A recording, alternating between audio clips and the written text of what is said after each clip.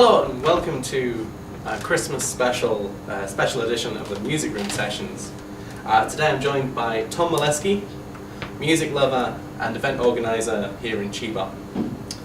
If that wasn't enough, we're currently sat on the stage of Livehouse Anga, one of the best venues here in Chiba and Chiba City for live music.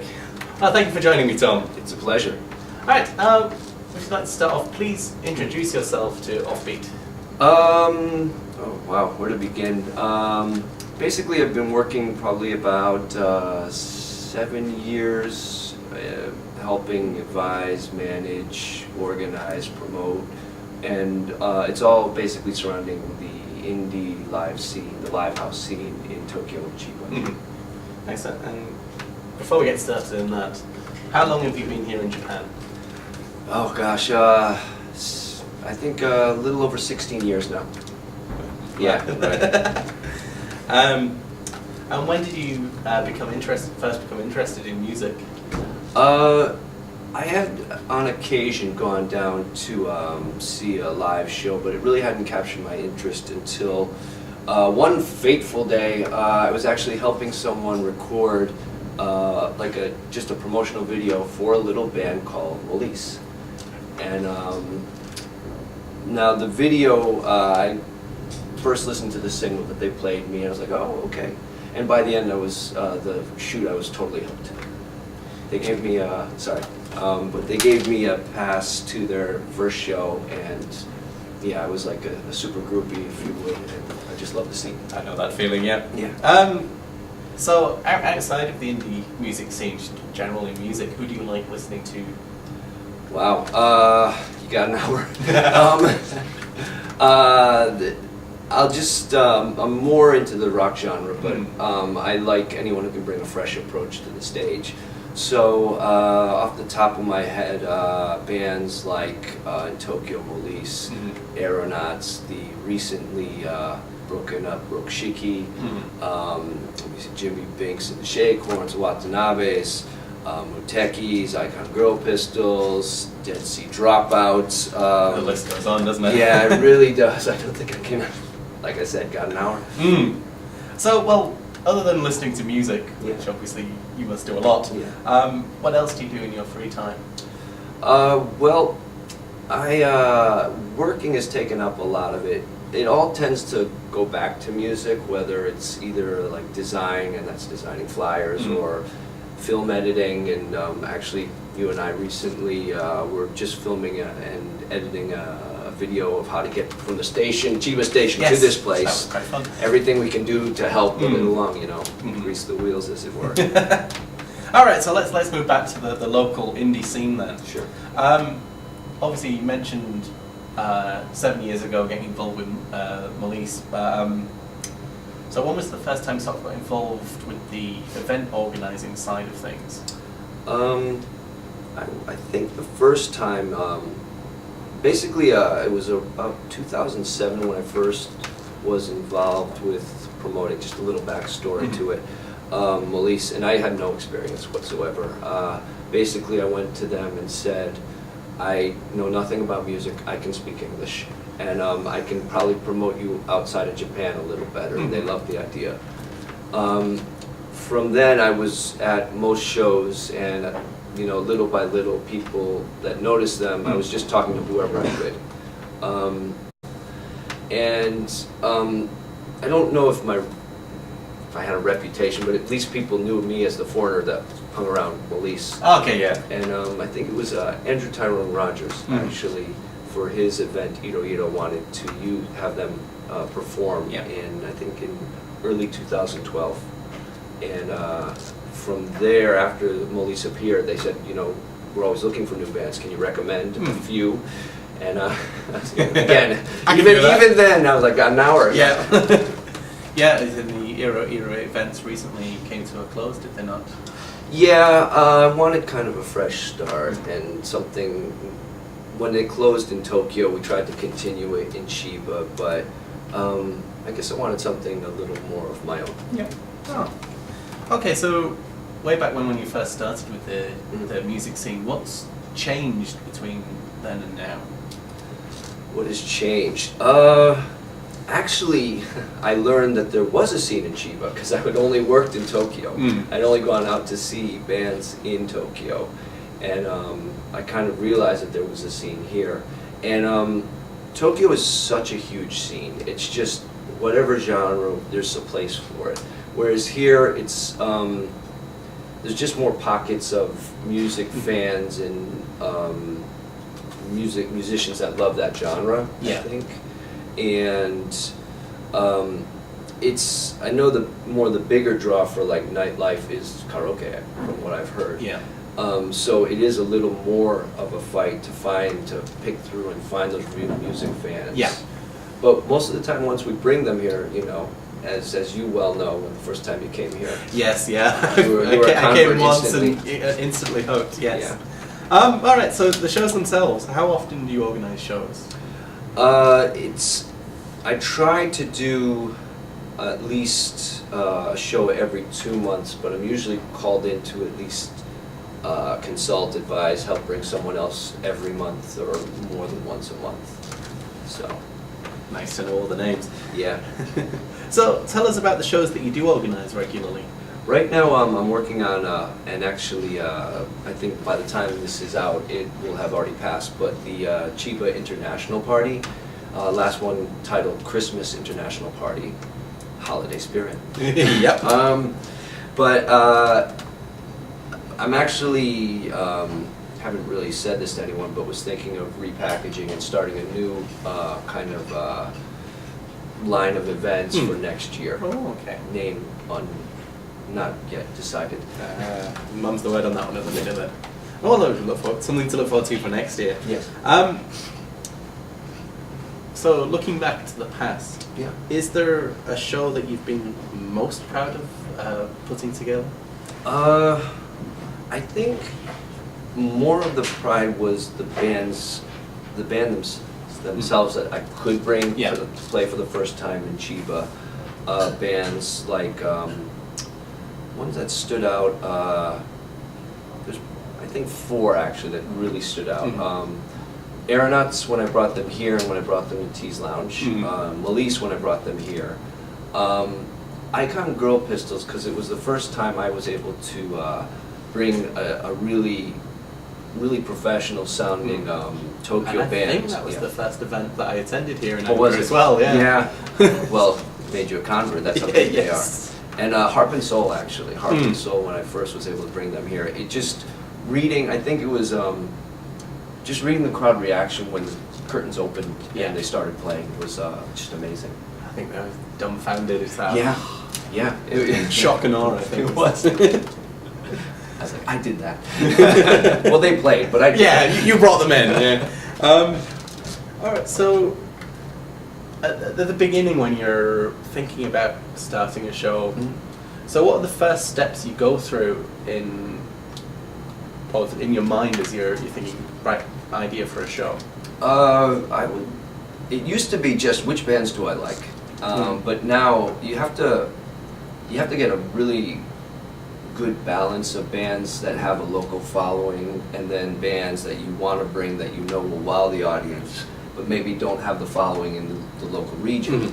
And then you want all the sounds to mesh, you know. And then there's even things like, musicians that might not get along with one another. You have to take that into account too. A lot of bands handle themselves differently. Some bands really like to socialize in between. Some bands don't want to talk to anyone until they're done performing. So you got to think of all that. Sometimes, I don't know, there's fans of one genre that won't come to see a band from a different genre. You know, there's also that. So there's a lot that goes into it. Because I think that's one of the things I've noticed that's different here, is that people will come for music. There's a certain attitude, especially around like Livehouse Anga. It's like, oh, you play music, right? Get on the stage. We don't care what you play. You smile while you're playing. We're happy listening to you, which I find refreshing and quite unique. I agree with that. All right, so obviously there's Anga, which is a joy to work with. Which other venues do you enjoy organising shows with? I've only Let's see.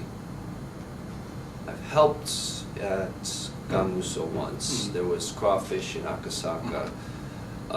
There's Tea's Lounge. There's mainly outside of that just Chiba. There's Toppers. There's Tea's Lounge. There's Anga, and there's a couple new places. One's called Buddies in Funabashi that I'm hoping to work with. Yeah, I've not been down to that one yet. Yeah. Each one has its own vibe. I mean, I love putting on shows here. It's watching the video afterwards, bringing someone for the first time, musician or fan, to Anga for the first time is always just kind of a joy, because they're just like, wow, I didn't know there were places like this, you know? Yeah. So,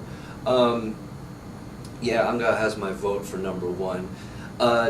Tea's Lounge has a place close to my heart as well, I have to admit. Just because it's in my little home pocket of Sudanama. Oh, fantastic.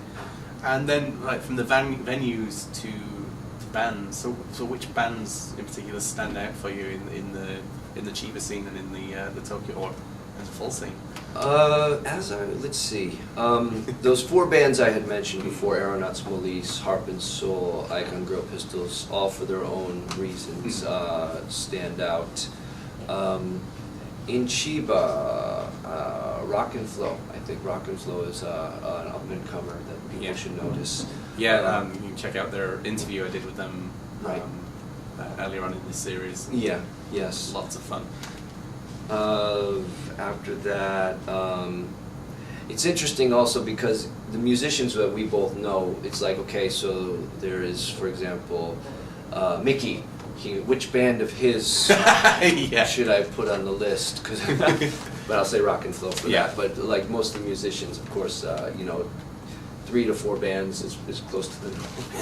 That's very true. Yeah. All right. So, do you have any advice for people who want to get into organizing shows? I would say every promoter or producer will agree with me that it's a labor of love. It's not a quick buck. It's something you do because, well, for me, it was, I always wanted to have my own little pocket of music history. I mean, it sounds grandiose and somewhat arrogant, I'm sure, but like, I always want to look back and say, oh, from in 2010, that decade, and Chiba had a great music scene, and sometimes that's the only thing that keeps me going. Yeah, you're doing an awesome job with the scene. All right, so let's move away from show organizing. Last couple of questions. Obviously, I'm a photographer, so I've got to ask some photography-based questions. Sure. So, which venues do you recommend that a photographer should be down at shooting bands? Let's see. We're talking Chiba, Tokyo. Anything you got? Let's see. Of the places I filmed and shot at, I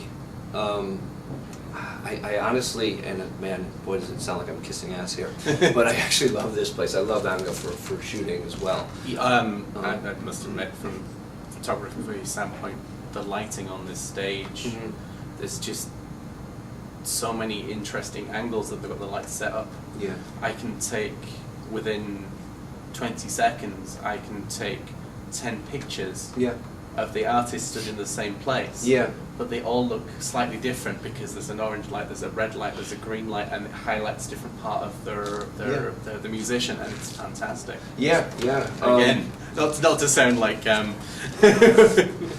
Well, I mean, the other thing you have to remember is most live houses in Tokyo have a big sign that say no photography, unless you have the permission of the band. And if you do, you're only allowed to shoot that band. You're not allowed to shoot any other bands, and people can complain. They can stop you. It's, I think, again, she was just a little more lax about it, which is great. But there's, I don't know, further, just an eclectic background. Have you ever been to like Bar Gotti Gotti? I have, yes. Actually, that place I think is a fun place for shooting. And it's wonky floor. Yeah, and the funky floor. Let's see. What's a good one? Gosh, you caught me off guard. Outside of those two, Yeah, these questions usually do catch people off guard. I'm gonna just go through names in my head or out loud if you don't mind. There's Goodman and Akihara. There's Mars, Shinjuku. Eggman and Shibuya is a really nice one. That's a big dance floor that one's got. Fever and Shindaita. I don't. What the Dickens in. Yes, I like shooting there. They've got the separation between stage and audience there is minimal. Yeah. So you can get everybody in. You get the people listening and the people singing at the same time. It makes for some good fun. Yeah. What is the one? Sorry. Crocodile. Have you ever been to that one? I've not been to that one yet. No. Shibuya. Yeah, that one's a good spot. Yeah, again, got an hour.